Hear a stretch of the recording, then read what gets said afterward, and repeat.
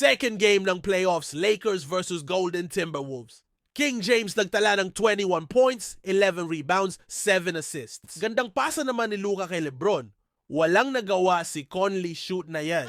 Tapos dito, pinasabay ni King sinasagwas fadeaway. Nakuha ni King ang bola. Grabe, bilis pa rin ni King tumakbo sabay assist kay DFS. Ilista na yan.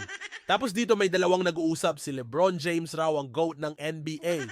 Wala talagang kadala-dala itong sinas kay King. Tinirahan na naman ng harap-harapan ni King. At hetong si Rondo, tinirahan din ni King ng harap-harapan. Ilista na yan, hindi yan kaya ni MJ. Isa pang tira sa pagmumukha ni Randall ni King. Grabe dito, sobrang talino talaga ni King. Kunwari titira ng fadeaway. Yung pala, assist kay Rui Hachimura mga boss. Basket and one, napasuntok naman sa hangin si DFS. Pero dito ang mas malupit, Austin Reeves to King James. Kinalabaw ng hari, walang nakapigil kay Haring LeBron na ibaba ng Golden Wolves sa 9 points ang lamang ng Lakers. Pero Haring LeBron na steal ang bola kay Langgam, sabay ng araro shoot yan. Panalo ang Lakers. Iyak naman ang mga haters.